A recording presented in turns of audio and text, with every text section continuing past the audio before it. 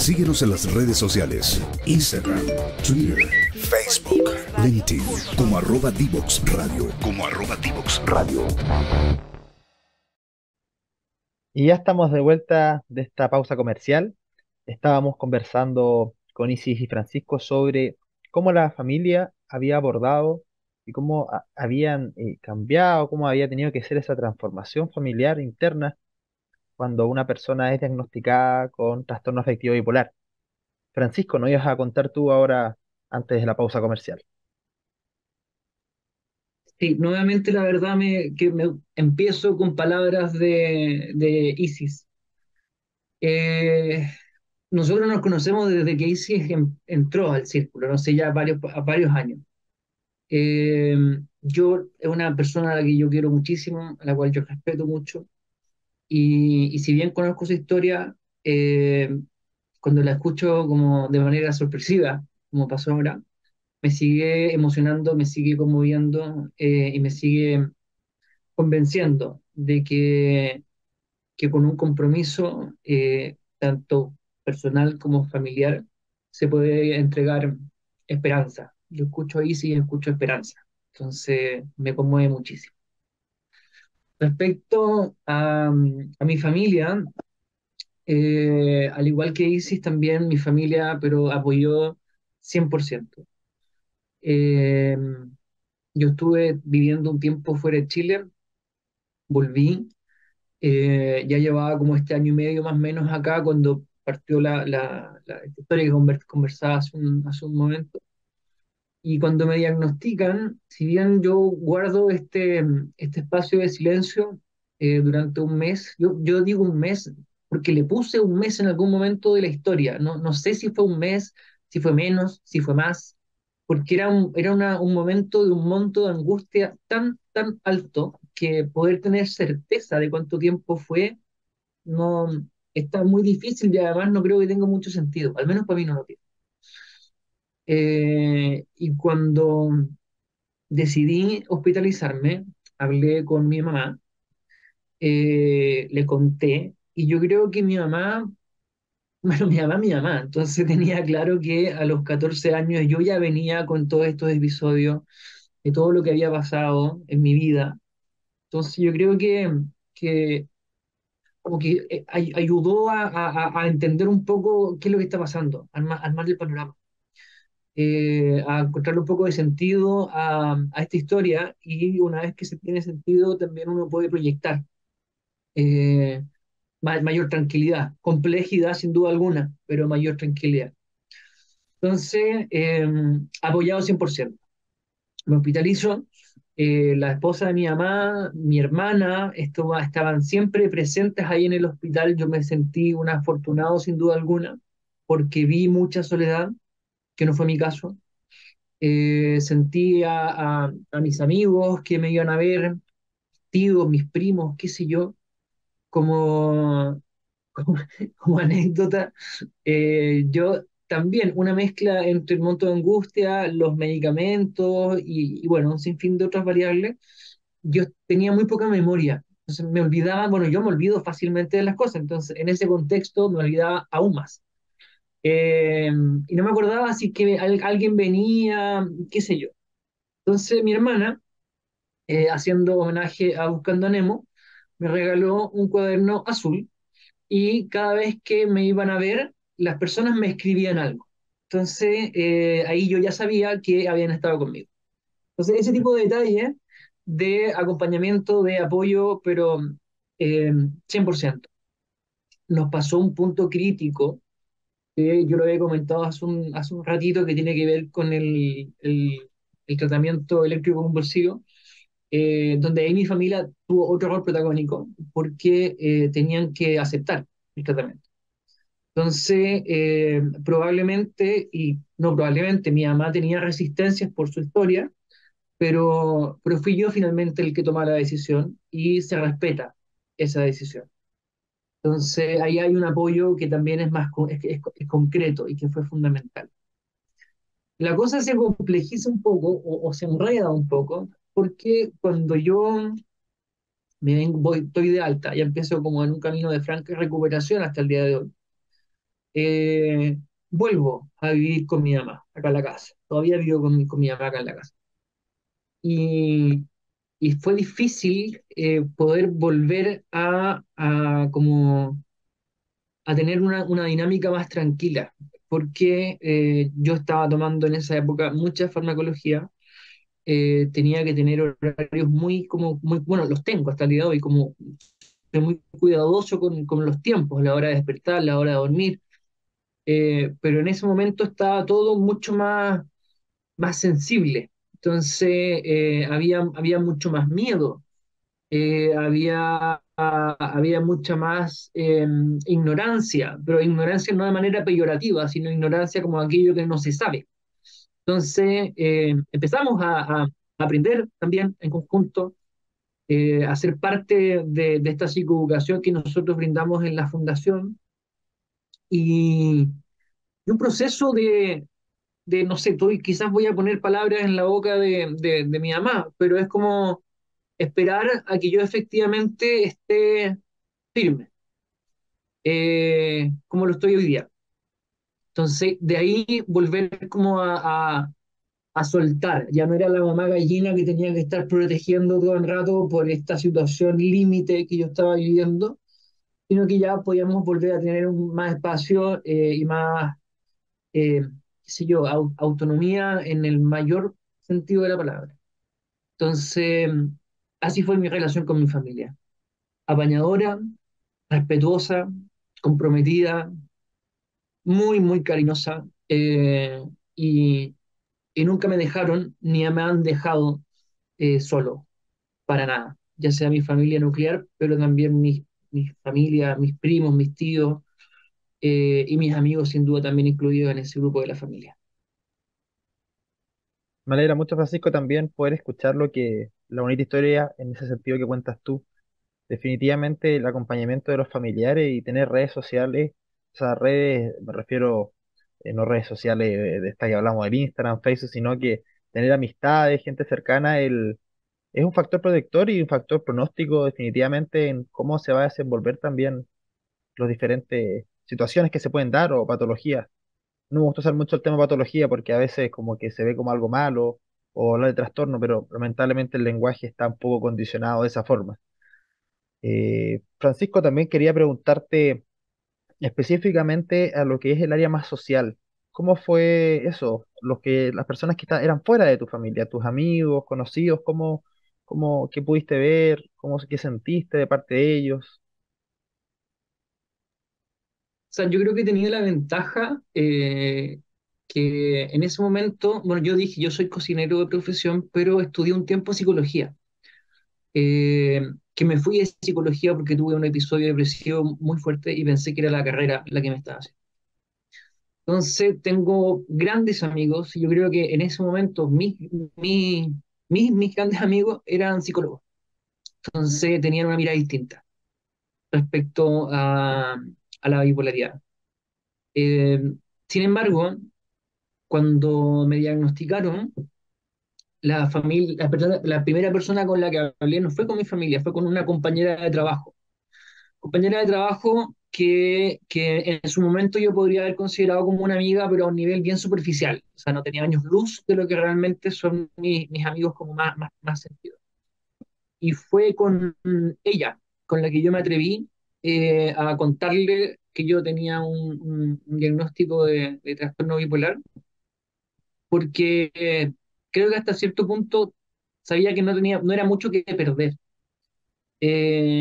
Y fue así, efectivamente. Yo le conté y se perdió.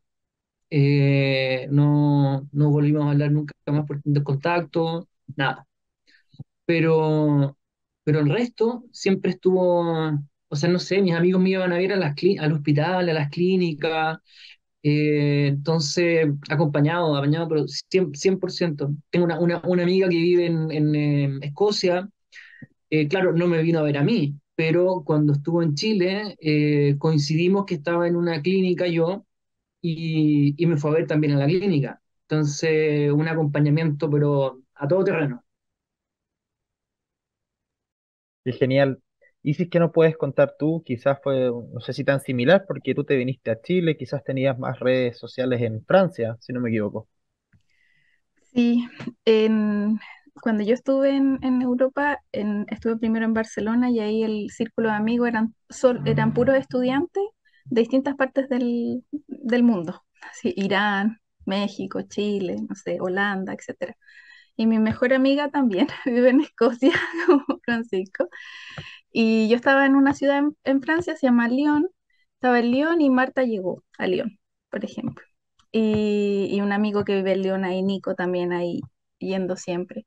Entonces, los amigos que tenía allá, que eran muy, muy cercanos en lo que viví en ese tiempo, bueno, estuvieron todos atentos o sea, en realidad como más que todos los importantes, que eso es como lo que, por lo menos a mí me pasó que me di cuenta que hay gente importante, hay gente que no importa si no te llama tanto, que tú tienes que llamarlo porque es importante, no sé, como que para mí esas cosas como que no sé, como que se me amplió como, yo era, es que son cosas que a veces me pregunto, y yo creo que nos debe pasar que es como, no sé si era mi personalidad o no era, o era el trastorno, no sé qué, pero bueno, era muy sociable, muy sociable. Y ahora ya no lo soy tanto como en ese tiempo.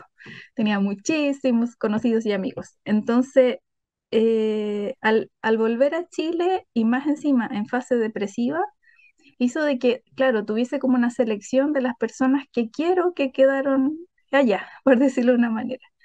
Y cuando regresé, no pude conectar nuevamente con los que eran mis amigos acá en Chile, pero no de una manera mala, sino que era como vivimos vidas distintas, y no por el trastorno, sino que porque yo estuve como, no sé, presupuesto de estudiante, vivía en otra parte del planeta, como que me quedé como estancada en el tiempo en comparación a lo que ellos avanzaron en términos como de familia, por ejemplo, yo no tengo hijos, entonces todo ese tipo de cosas como que te hacen empezar a como a seleccionar quiénes con los que te sientes como más identificado, más cómodo. Y no son muchos, pero son muy buenos. Entonces acá en Chile, y son amigos de toda la vida, son una amiga de toda la vida. eh, de toda, hemos coincidimos en el colegio, en el Carmela Carvajal, después en la universidad, después en Barcelona. Y de verdad que es toda la vida, vidas paralelas. Así que, por ejemplo, eso yo encuentro que te das cuenta en este tipo de cosas, como decía Francisco, que una persona le cuenta si se pierde. En este tipo de cosas te das cuenta de realmente quién vale, quién va a estar ahí atento a posteriori de tu depresión, a posteriori de que tú salgas de la casa. No todo el mundo va a estar atento. Entonces son esas cosas que comienzas a aprender, como a seleccionar, no sé. Pasa que ahora en la fundación, claro, ahí se encuentran amigos, o sea, yo soy amiga del Francisco, quizás él no es mi amigo, pero somos amigos. Y claro, y tenemos algo en común, que suele pasar eso, pues se tiene algo en común. Pero claro, y además cuando estás como más adulto, por decirlo, yo tengo 41, ya es como difícil tener amigos nuevos que no sean de tu trabajo. Pero los que tengo de cuando vivía acá son muy buenos amigos. Así que, y afortunadamente, a pesar de que las personas con las que ya no sigo tanto el contacto, no era que me trataran de una manera diferente ni nada, es como que vamos en otros tiempos. Entonces ahí ya, y el trastorno también hace que tengas momentos en que no quieres estar con gente. Por ejemplo, a mí me pasa eso. Antes no me pasaba tanto, pero ahora sí tengo momentos que prefiero estar sola. Entonces, como que ahí necesitas amistades que entiendan. Entonces eso es más difícil. Pero por mi parte estoy con la cantidad justa de amigos. Eso.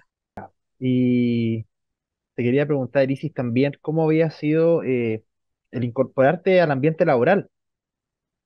Ya con tu tratamiento, manejando eh, el trastorno afectivo bipolar, ¿cómo te incorporaste al trabajo? ¿Cómo sentiste tú tu desempeño? La acogida también de tus empleadores. En mi caso igual es distinto en términos como tradicionales, se podría decir, porque al volver a Chile yo no estaba en lo mismo para nada, o sea, yo no tenía aquí un trabajo. Entonces como que yo empecé de cero, por decirlo así. Y empecé de cero progresando en términos del tratamiento. Entonces yo empecé avanzando, por ejemplo, lo que mencionaba que estaba haciendo el voluntariado en la fundación, paralelamente estaba haciendo otros dos voluntariados. Entonces, en ese momento, con los voluntariados, yo empecé a tomar confianza en mí misma como para ir avanzando hacia la búsqueda de un trabajo. Pero no fue como yo voy a encontrar este trabajo, sino que como fue como un proceso, como de a poco. Porque cuando estaba en Europa yo no trabajaba como ingeniera, ni trabajaba como así como empleado de entrar a la mañana, de estar, entonces no tenía ese hábito. Y con los medicamentos, tampoco al principio, o sea, por lo menos en mi caso, no podía. O sea, no era una cosa como, al principio había ajuste de medicamentos. Yo en ese momento era la depresión, entonces esos ajustes de medicamentos tenían que levantarme un poco, y no solo los medicamentos, sino que todo en mí. Entonces el proceso fue lento. Y ahí empecé voluntariado, voluntariado, voluntariado, y de repente, si bien sí tenía como un poco como un propósito como de trabajar en este caso en la fundación, pero no era una cosa como tan como directa. Y se dio, afortunadamente. Yo creo que, o sea, igual es como raro que como que a veces, no sé, sale como un poco como, ¿cómo se puede decir? Como que te das flores a ti mismo. Pero en mi caso yo creo que realmente fue como un trabajo constante y un trabajo bien arduo, pero no por el trabajo intelectual, sino que el trabajo emocional, físico y asociado al trastorno. Yo creo que como que siempre dicen como sí, el trabajo, en realidad el trabajo para mí al menos no es nada comparado con luchar en algún momento por tener ganas de levantarte y hacer algo por tu vida, o realmente porque no quieres tu vida, o por el contrario, estar totalmente en manía perdida, que no tengo ninguna obligación con nada. Entonces, eso sí es un trabajo. Para mí el trabajo, como el tema laboral, se puede hacer. En la otra parte, quizás no. Entonces, para mí eso es como más lo complejo para poder llegar a hacer algo a posteriori. Tener el primer trabajo que es con el trastorno. Y después ya los otros, yo creo que, por lo menos en mi caso, yo me siento segura y tranquila que puedo seguir y hacer lo que yo quiera, pero la primera parte es la que más tengo que cuidar. Entiendo, ahí sí. Muchas gracias. Francisco, qué nos puedes contar tú también desde el área más como laboral, ya para ir cerrando nuestro programa del día de hoy? Sí, mira, la verdad es que en términos laborales yo soy un afortunado, eh, porque yo les contaba al comienzo de este espacio que yo partí como el equipo que fuimos formando la fundación, y de aquí hace 5 años más o menos que tenemos que está el Círculo Polar. Me enfoqué en la fundación. Entonces, nosotros mientras que íbamos creando en esto, yo trabajaba en la fundación. Entonces, desde que empieza el diagnóstico, mi contexto laboral ha sido este. Entonces, hoy día, claro, estoy en proyectos, estoy como jefe de un proyecto de salud mental en la Cámara Chilena de la Construcción, que partió en Valparaíso el año pasado. Hoy día lo estamos haciendo en Santiago, viene un proceso de región y esperamos que esto tenga una réplica a nivel nacional el próximo año. Entonces estoy en eso. Y bueno, todo el trabajo de la fundación, que como bien decía Isis, para que esto funcione como funciona, requiere mucha concentración y mucho, mucho, mucho trabajo.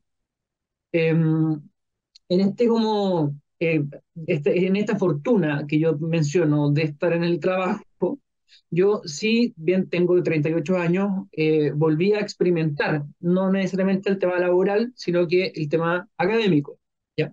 So, yo tengo mi trabajo en la fundación, que es bastante, y además mi compromiso en términos académicos. Yo estudio psicología, y te lo menciono porque me parece que el estigma en términos laborales igual está presente en términos académicos, ¿ya?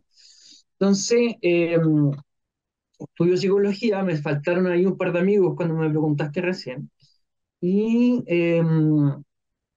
al entrar yo pedí una beca a la universidad. Y en la beca dije que efectivamente que yo tenía bipolaridad y que mi propuesta como de proyección laboral tenía que ver con clínica especialista en trastorno bipolar.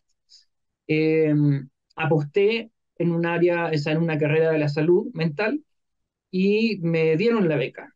Entonces, un respaldarazo y cuando empiezo a estudiar, y es por eso lo asocio como con las maneras distintas en términos laborales, el primer trabajo en la universidad, mis compañeras, yo estudio vespertino, o sea, eso quiere decir que a las 11:30 de la noche estaba trabajando en la universidad, me refiero, y yo por los medicamentos a las 10:30 de la noche quedo knockout. Entonces, y aunque no quedase knockout por los medicamentos, yo tengo que tener mucho cuidado, como lo mencionaba hace un rato atrás, con el sueño.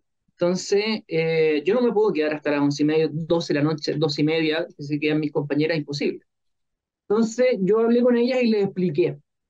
Y les dije, mira, sabes que yo tengo esta enfermedad, tiene tal característica, yo no voy a poder estar hasta esa hora, pero eso está a años luz de pensar que yo no tengo el mismo compromiso que tienen ustedes, sino que tengo que trabajar a un tiempo distinto.